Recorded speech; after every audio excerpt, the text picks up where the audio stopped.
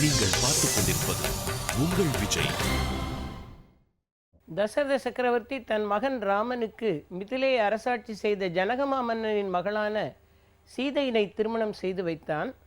ஜனகனின் சகோதரனின் புத்திரிகளை பரதனும் இலக்குவனும் சத்ருகனனும் மணம் செய்து கொண்டார்கள் என்று சொல்லுகிறது ராமகாதை.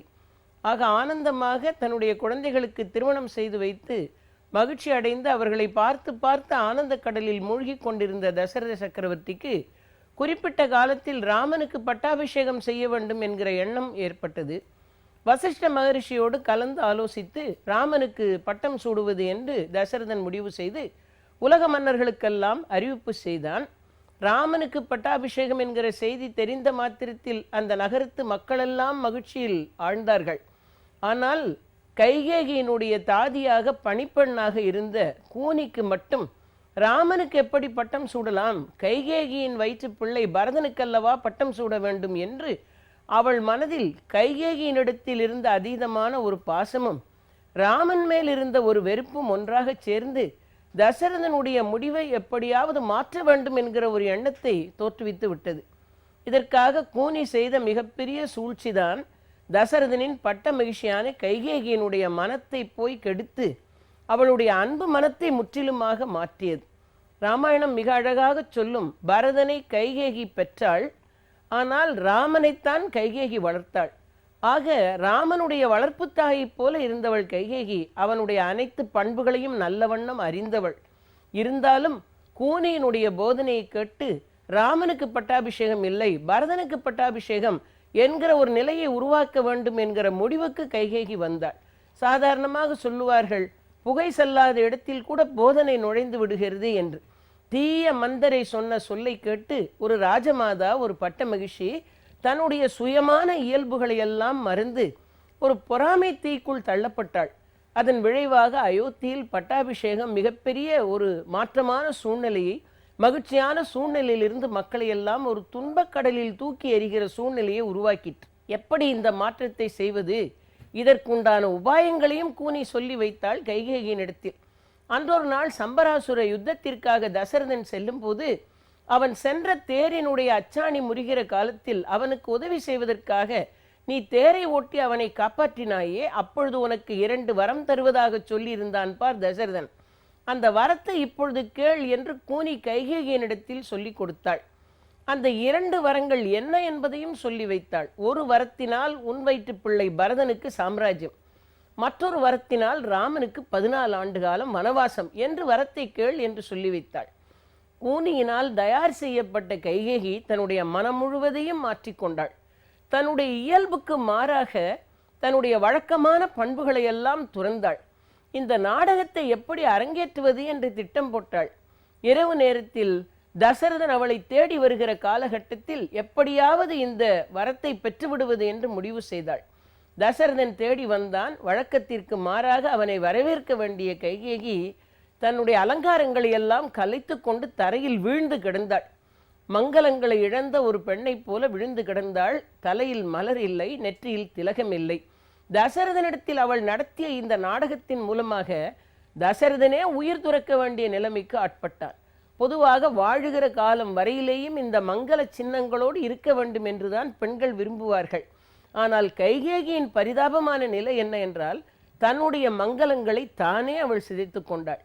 நெற்றியின் திலகத்தை அழித்து மலரையும் சிதைத்தாள். இந்த கோலத்தில் தசரதன் தன்னை பார்த்தால் தாங்க மாட்டான்.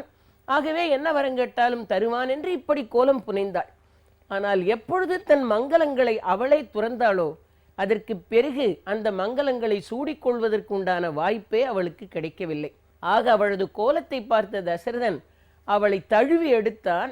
பெண்ணே, ஏன் இந்த கோலம், ஏன் இப்படி இருக்கிறாய், உனக்கு என்ன வேண்டும், உன் தேவையை நிறைவேற்றாமல் யாராவது இந்த அரண்மனையில் உன்னை உதாசீனப்படுத்தி விட்டார்களா, உன் கட்டளைப்படி நடக்காதவர்கள் யாராவது இருக்கிறார்களா, உனக்கு கலக்கத்திற்கு என்ன காரணம், எதுவானாலும் சொல், உடனே செய்கிறேன் என்றான் தசரதன்.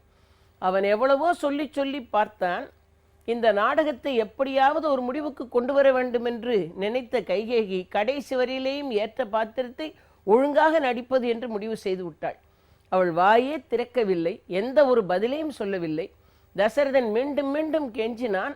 அவள் எதுவுமே பேசாமல் இருந்தாள். எது வேண்டுமானாலும் சொல், செய்கிறேன் என்றான்.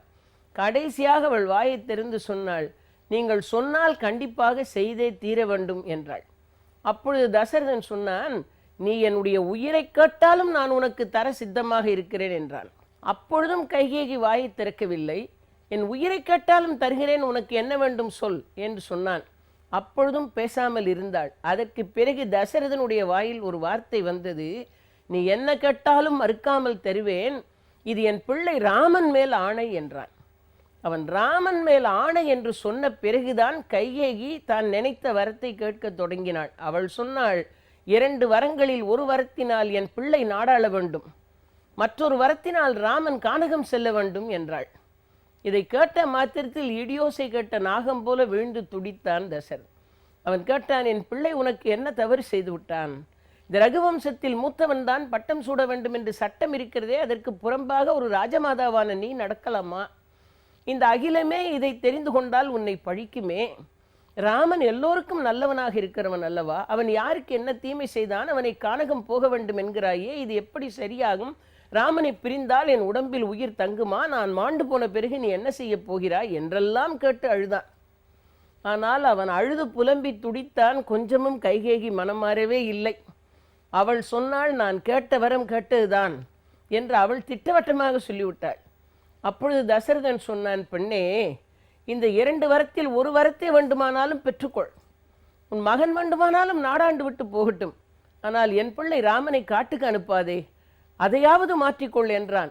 ஆனால் கைகேயி சொன்னாள், நான் கேட்டதுதான், நீங்கள் தருவேன் என்று வாக்களித்து விட்டீர்கள், இனிமேல் தரவில்லை என்றால் வாக்கு மாறியவன் என்று உலகம் உங்களை பழிக்கட்டும் என்றாள். வேறு வழி தெரியவில்லை தசரதனுக்கு. ஈந்தேன் 2 வரம் என்று வேறு வழி இல்லாமல் சொல்லிவிட்டு மூர்ச்சையாகி விழுந்து விட்டான்.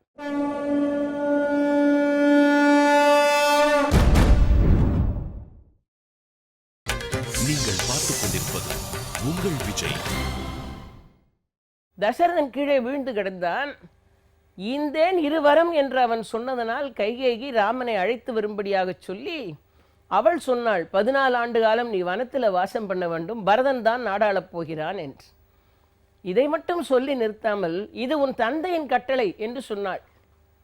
அப்பொழுது ராமன் சொன்னான், அம்மா, அப்பாவின் கட்டளையாக இருந்தாலும் நான் நிறைவேற்ற சித்தமாயிருக்கிறேன், தாங்கள் சொன்னாலும் நான் நிறைவேற்ற கடமைப்பட்டிருக்கிறேன். என் தம்பி பரதன் நாடாளப் போகிறான் என்பதில் எனக்கு மகிழ்ச்சியை தவிர வருத்தமில்லை என்று சொல்லிவிட்டு கைகேயியின் ஏற்பாட்டின்படி தயாராக இருந்த மர உரியை உடுத்தி கொண்டு கானகம் புறப்படுவதற்கு ராமன் தயாராகி விட்டார். கானகத்தில் போய் 14 ஆண்டு காலம் வாழ வேண்டிய நிலைமைக்கு ஆட்பட்டான். இலக்குவனும் சீதையும் உடன் சென்றார்கள் என்று சொல்லுகிறது ராமாயணம். ஆக நாடாள வேண்டிய ராமன் 14 ஆண்டு காலம் வனத்தில் தனக்கு என்னென்ன சோதனைகள் எல்லாம் காத்திருக்கிறது, அவைகளையெல்லாம் எதிர்ப்பட வேண்டிய சூழ்நிலையில் இருக்கிறவன் வனத்துக்கு புறப்பட்டான் என்றால் எத்தனை துக்கங்களை அவன் சகித்திருப்பான். மார்க்கண்டேய மகரிஷி சொன்னார், தர்மபுத்திரனை பார்த்து 12 ஆண்டு கால வனவாசம் பண்ணுகிற போது துன்பத்திற்கு மேல் துன்பம் என்று சொல்லுகிறாயே, 14 ஆண்டு கால வனவாசத்தில் ராமன் எத்தகைய துன்பத்தை எல்லாம் அனுபவித்தான் என்று சிந்தித்து பார்த்தாயா? அவன் பட்ட துன்பங்களும் சாதாரணமானதல்ல.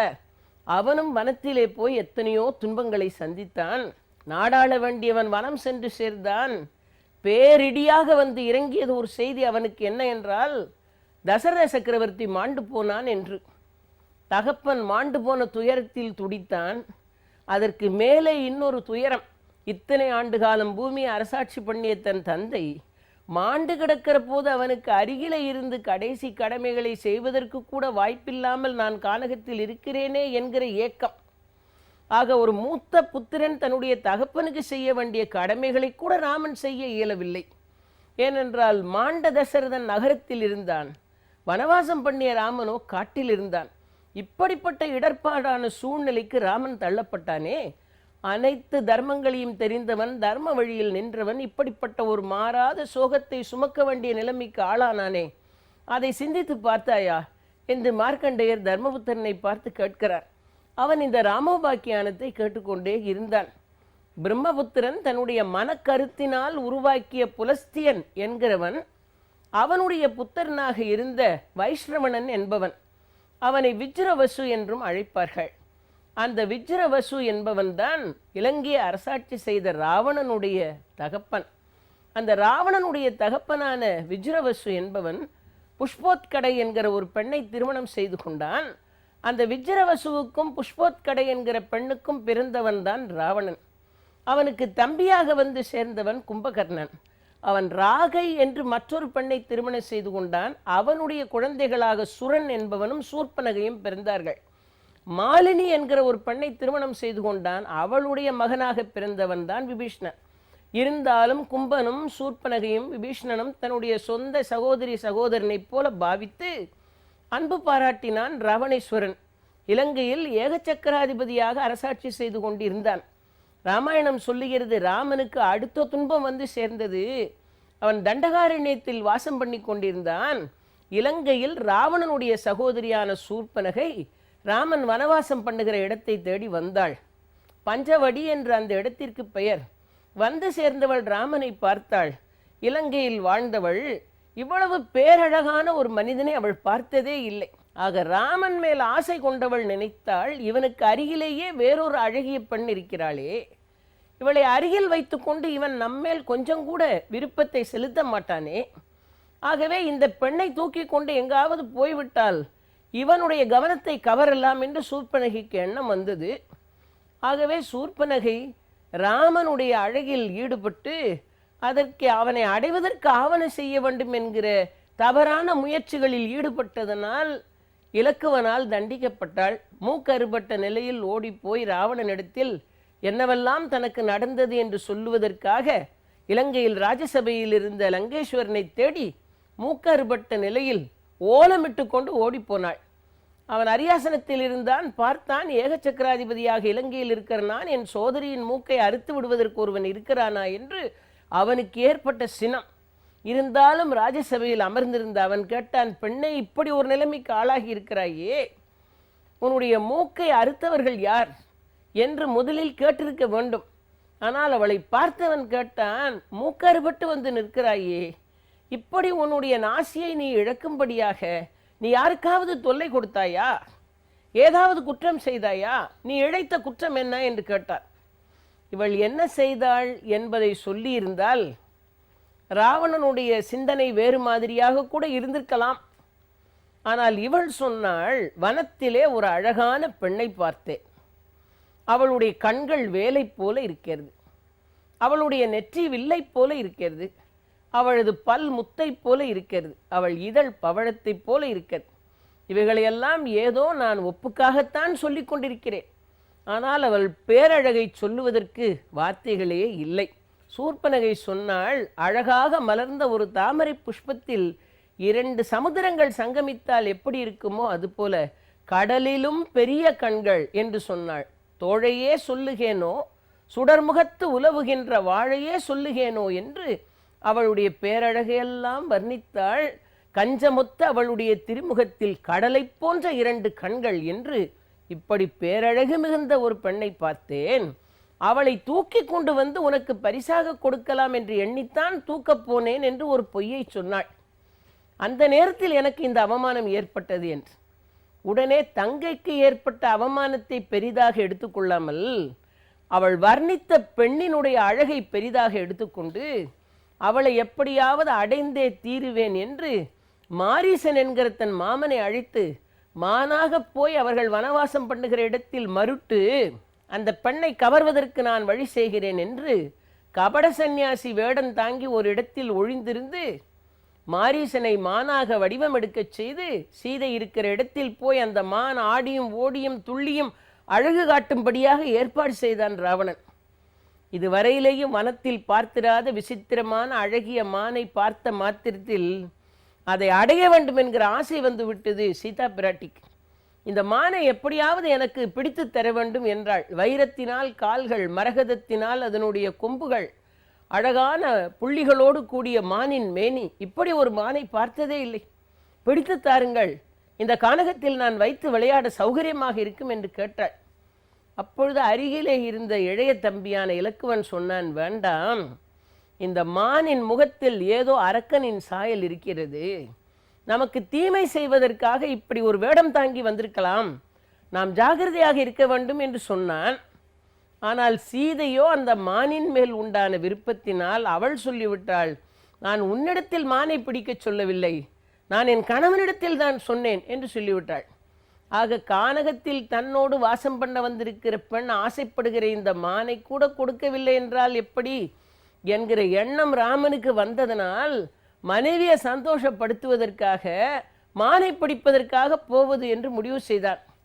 விரட்டி கொண்டே போன மானுக்கு பின்னால் ராமன் செல்ல, அதற்கு பிறகு அந்த மாரீசமான் லக்ஷ்மணா சீதா என்று ராமனுடைய குரலிலேயே சப்தம் கொடுக்க, ஏதோ ராமனுக்கு ஆபத்து வந்து விட்டது என்று சீதை கலங்க, என்னை ஒன்றும் காவல் காக்க வேண்டாம், அண்ணனுக்கு என்ன என்று போய் பார் என்று சீதை சொன்னதனால் வேற வழி இல்லாமல் இலக்குவன் காவல் காத்து கொண்டிருந்த வேலையை விட்டுவிட்டு சத்தங்கேட்ட இடத்தை நோக்கி ஓட, அங்கே கபட சந்நியாசி ரூபத்தில் புதருக்குள் மறைந்திருந்தவன் வந்து சந்நியாசி மாதிரி தன்னுடைய கோலத்தை காட்டி சீதையினுடைய பரிவுக்கு ஆளாகி அவளை அப்படியே பர்ணசாலையோடு அகண்டெடுத்து கொண்டு போய் அசோகவனத்தில் சிறை வைத்து விட்டார்.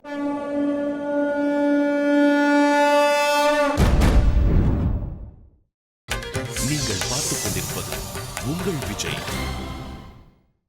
மானை பிடிக்க போனவன் பிறகுதான் தெரிந்தது, அம்பு தைத்தவுடன் மானுக்கு சுயரூபம் வந்து விட்டது. ஆகா, இந்த சதியில் மாட்டிக்கொண்டோமே, சீதை என்ன நிலைமைக்கு ஆளானாளோ என்று திரும்பி தேடி வந்தார்கள். சீதை இருந்த இடம் இல்லை, பர்ணசாலையும் இல்லை. பர்ணசாலையோடு அகண்டெடுத்து கொண்டு போய்விட்டான் ராவணன். வழியிலே அந்த ராவணனை தடுத்து நிறுத்திய ஜடாயு என்கிற கழுகு அரசனின் சிறகையும் வெட்டி வீழ்த்திவிட்டு ராவணன் புறப்பட்டு விட்டார். அந்த ஜடாயுவின் வாசகத்தின் மூலமாக நடந்ததை தெரிந்து கொண்ட ராமன் அங்கலாய்த்து போனான். அவன் பட்ட துயரத்திற்கு அளவே இல்லை. வேறு வழி இல்லாமல் புலம்பி தீர்த்து அவன் அந்த இக்கட்டான சூழ்நிலையிலிருந்து தன்னை மீட்டுக்கொள்வதற்கு வசதியாக துணை தேடி வானர் சைன்யங்களின் துணையை பெறுவதற்காக ரிஷ்யமுக பர்வதத்தை நோக்கி நடந்தான். அங்கே போய் அனுமனை நண்பனாக செய்து கொண்டு அங்கே வாழ்ந்து கொண்டிருந்த சுக்ரீவனுடைய அடைக்கலத்தில் இருந்த வானர சைன்யங்களை எல்லாம் துணையாக பெற்றுக்கொண்டு சீதையை மீட்பதற்கு வழி செய்யலாம் என்கிற ஒரு நம்பிக்கைக்கு வருகிறான். அப்பொழுதுதான் சுக்ரீவன் சொன்னான், என்னுடைய மூத்த சகோதரனான வாலி இருக்கிறான், நீண்ட நெடு நாட்களாக என்னை பகைத்து கொண்டு என்னை கொல்ல தேடிக்கொண்டிருக்கிறான், அவனுக்கு பயந்து கொண்டு நான் இந்த மலையில் ஒழிந்து கொண்டிருக்கிறேன் என்று. ஆக யாரிடத்தில் உதவி கேட்டு போனானோ அந்த சுக்ரீவனுடைய துன்பத்தை முதலில் தீர்ப்பது என்று முடிவு செய்தான் ராமன். மிகவும் சர்ச்சைக்குரிய பகுதியாக ராமாயணத்தில் இருக்கிற வாலிவத பகுதி. சுக்ரீவனுக்கு முதலில் உதவி செய்து அவன் தொல்லையை தீர்க்க வேண்டும் என்று ராமன் வாலியை வதம் பண்ணினான். அதற்கு பிறகு சுக்ரீவனுடைய சைன்யங்களான வானர சைன்யங்களின் துணையோடு சீதையை மீட்பதற்குண்டான மிகப்பெரிய சவாலான வேலையில் ஈடுபட்டான். இத்தனை துன்பங்களையும் மனத்தில் வரிசையாக அனுபவித்து கொண்டே இருந்தான். அதற்கு பிறகும் அந்த துன்பம் முடிந்த பாடில்லை. சீதை எங்கிருக்கிறாள் என்று அனுமனை தூதாக அனுப்பி அவள் அசோகவனத்தில் சிறை இருக்கிற இடத்தையும் அவள் படுகிற துன்பங்களையும் தெரிந்து கொண்டு வரும்படியாக செய்தாள். அந்த செய்தியை அனுமன் வந்து ராமனிடத்தில் சொல்லும்போது உண்ணாமல் உறங்காமல் இருந்த இடத்திலேயே இருக்கிறாள். திசைகளை அளந்த வண்ணமாக அமர்ந்திருக்கிறாள். அவளை சுற்றி அரக்கியர் இருக்கிறார்கள். மாலை நேரத்தில் ராவணன் வந்து அவள் காலில் விழுந்து என் ஆசைக்கு இணங்கினால் நீ இலங்கைக்கு அரசியாக இருக்கலாம் என்று சொல்லுகிறான். அவளோ அம்பில் அடிபட்ட மானை போல துடிக்கிறாள் என்று அவளுடைய நிலைமையெல்லாம் கடல் தாண்டி சென்ற ஆஞ்சநேயர் வந்து ராமனிடத்திலே சொல்ல ராமனுடைய துக்கம் இன்னும் கரைமீறியது. வேறு வழியில்லாமல் நான் இருக்கிறேனே என்று ராமனுடைய துயரம் தாழ முடியவில்லை. அதற்கு பிறகு சைனியங்களோடு போர் தொடுத்து போனான். இலங்கையில் போய் ராவணனுக்கு இருந்த மிகப்பெரிய சைனியத்தை சந்திக்க வேண்டிய சவாலுக்கு ஆளானான். ராவணனுக்கு அறிவுரை சொல்லி பார்த்த அவனுடைய நல்ல தம்பி விபீஷ்ணன் ராமனோடு வந்து சேர்ந்து கொண்டான். அவன் சொல்லிக் கொடுத்த வழிமுறைகளை எல்லாம் கேட்டு யாராலும் வீழ்த்த முடியாத ராவணனை வீழ்த்துவதற்கு ராமன் முயற்சி செய்தான். அவன் உடன் பிறந்தவனான கும்பகர்ணனை ராமன் வீழ்த்தினான். அவனுடைய பலமாக இருந்த இந்திரஜித்தன் என்கிற வெற்றியை குவிக்கிற மகனை இலக்குவன் வீழ்த்தினான். அதற்கு பிறகும் ராவணனை வீழ்த்துவது மிகப்பெரிய சோதனையாகத்தான் அமைந்திருந்தது. ஏனென்றால் பிரம்மாவினிடத்தில் வரங்கேட்ட ராவணன் சொல்லியிருந்தான், எனக்கு யாராலும் அழிவு வரக்கூடாது. கந்தர்வர்களால், ராட்சசர்களால், யட்சர்களால், கிம்புருடர்களால், தேவர்களால், அசுரர்களால் யாராலும் எனக்கு அழிவு வரக்கூடாது என்று வரம் வாங்கியிருந்தார். யாராலும் நீ கேட்ட யாராலும் உனக்கு அழிவு வராது என்று பிரம்மா வரம் கொடுத்தார். ஆனால் வரம் கேட்கிற போது அரக்கர்களால், அசுரர்களால், கந்தர்வர்களால், கிம்புருடர்களால், தேவர்களால், முனிவர்களால் என்று கேட்டவன் மனிதர்களாலும் எனக்கு அழிவு வரக்கூடாது என்று வரம் கேட்கவில்லை. அவன் கேட்கும்போது மனிதர்களை ஒரு பொருட்டாகவே அவன் கருதவில்லை. மனிதர்களால் நம்முடைய பலத்தை அளந்து பார்ப்பது, அவர்கள் நம்ம என்ன செய்துவிட முடியும் என்கிற ஒரு அகங்காரம் அவனுக்கு இருந்ததனால் மனிதர்களால் எனக்கு அழிவு ஏற்படக்கூடாது என்று அவன் வரம் கேட்கவில்லை. ஆக வரம் கேட்கிற போது அவன் யாரை மறந்திருந்தானோ அந்த மானுட சொரூபமாக மகாவிஷ்ணு இந்த பூமியில் அவதாரம் பண்ணி வந்து மனிதர்களோடு மனிதனாக வாழ்ந்து அவரே ராவணனை அழிப்பதற்கு காரணமாக ஆனார். ஆக கும்பகர்ணனை ராமனே வீழ்த்தினான், இந்திரஜித்தனை இலக்குவன் வீழ்த்தினான். கடுமையாக ராமராவண யுத்தம் நடந்தது. அந்த யுத்தத்தில் ராவணனுடைய மேனியை ஜல்லடை கண்களாக துளைத்து அவனுடைய உயிரை போக்கக்கூடிய அந்த மிகப்பெரிய ராவண வதம் ஸ்ரீ ராமச்சந்திரமூர்த்தியினுடைய கோதண்ட பானம் நிகழ்த்தி காட்டியது என்று ராமாயணம் சொல்லுகிறது. அதற்கு பிறகு அசோகவன சிறையில் இருந்த சீதையை மீட்டு கொண்டு வந்து 14 ஆண்டு கால வனவாசத்தை முடித்து அயோத்திக்கு வந்த அரக்கரை அழித்த பிறகு ராமன் அரசாட்சியை ஏற்றுக்கொண்டான் என்று ராமாயணம் குறிப்பிடுகிறது என்று இந்த ராமோபாக்கியானம் என்கிற இந்த பகுதியை மார்க்கண்டேய மகரிஷி தர்மபுத்திரனுக்கு சொல்லுகிறார். மானுடர்களை காப்பாற்ற வேண்டும் என்றும் நல்லவர்களை ரட்சிக்க வேண்டும் என்றும் அரக்கர்களை அழிக்க வேண்டும் என்றும் மரத்தை ஒழித்து அறத்தை வாழ வைக்க வேண்டும் என்பதற்காக மானுட உடல் தாங்கி தசரத சக்கரவர்த்தியின் மகனாக பூமியில் பிறந்து வந்து இத்தனை துன்பங்களையும் அனுபவித்தான் ஒரு அவதார நாயகன். ஆனால் நீயோ ஒரு சாமானிய மனிதன். ஒரு அவதார நாயகனே இத்தனை துன்பங்களையும் மனிதனாக பிறந்து வந்து அனுபவித்து சிரமப்பட்டான் என்று நாம் படிக்கும்போது நம்முடைய துயரங்கள் பெரிதல்ல என்கிற மனோபாவத்தை வளர்த்து கொண்டு இந்த துன்பக்கடலை தாண்டலாம் என்கிற நம்பிக்கையை பெருக்கிக்கொள். எப்பொழுதுமே மனிதன் தனக்கு ஒரு துன்பம் வருகிற போது நினைத்து பார்க்க வேண்டும், இன்றைய துன்பம் நாளை தீரும் என்கிற ஒரு நம்பிக்கை மனிதனுக்கு இருந்தால் மட்டும்தான் அவன் அந்த துன்பக்கடலை அவனால் தாண்ட முடியும். நாளை இந்த துன்பம் மாறி எனக்கு ஒரு மகிழ்ச்சி ஏற்படலாம், எனக்கு ஒரு நல்ல காலம் பிறக்கலாம் என்கிற நம்பிக்கையில் தான் மனிதர்களின் வாழ்க்கை போய்கொண்டிருக்கிறது. ஆகவே துயரத்தின் கையில் உன்னை ஒப்படைத்து விடாமல், மனசஞ்சலத்திற்குள் மூழ்கி விடாமல், விரக்திக்குள் விழுந்து விடாமல், நமக்கும் ஒரு நல்ல காலம் பிறக்கும், நாம் நல்லதுதான் செய்கிறோம், எனவே நமக்கு நல்லது நடக்கும், தர்மிஷ்டர்களும் நல்லவர்களும் உயர்ந்தவர்களும் ஞானிகளும் கூட துன்பப்பட்டிருக்கிறார்கள், ஆக நம்முடைய துன்பம் பெரிதல்ல, இந்த கடலை தாண்டி வரலாம் என்று இந்த நம்பிக்கையை உன் மனதில் வளர்த்துக்கொள். இவ்வளவு நாளும் நடந்து வந்த பாதையை பார், எத்தனை ஆயிரக்கணக்கான துன்பங்கள், இவைகளையெல்லாம் கடந்து வந்துவிட்டு நீ இனிமேல் இருக்கிற சில கால வனவாசத்தின் துன்பத்தையும் உன்னால் தாண்ட முடியும் என்கிற நம்பிக்கை உனக்கு இருந்தால் இதை முழுவதுமாக சரிவர நிறைவு செய்துவிட்டு உன் ராஜ்யத்தை பற்றி நீ அரசாட்சி பண்ண வேண்டிய காலம் வரும், கவலைப்படாதே என்று மைத்ரேய மகர்ஷி ராமோபாக்கியானம் என்கிற பெயரினால் ஸ்ரீ ராமச்சந்திரமூர்த்தியினுடைய வரலாற்றையும் அவர்பட்ட துன்பக் கதைகளையும் தர்மபுத்திரனுக்கு எடுத்துச் சொல்லி அவனுடைய மனதை ஆறுதல் படுத்தினார் என்று சொல்லுகிறது மகாபாரத கதை.